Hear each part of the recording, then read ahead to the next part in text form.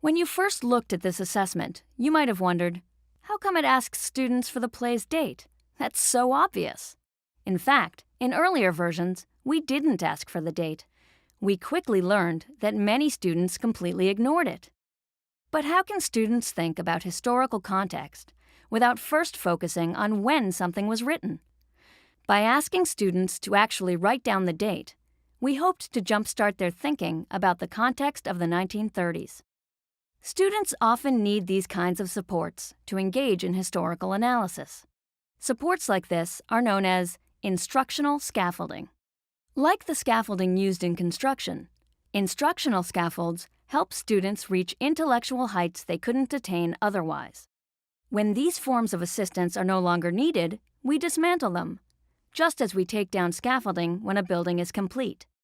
Until then, instructional scaffolding focuses students' attention on crucial aspects of historical interpretation. The sentence starters in Question 2 are also scaffolds.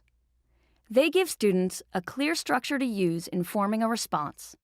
These sentence starters give struggling students a needed boost. Our assessments offer different levels of scaffolding. When you use them in your classroom, you'll want to add or remove scaffolding depending on your students' skills. If students are struggling with vocabulary in a source, you may want to add a word bank. When your students become good at placing documents into context, questions that make them write down the date will be unnecessary.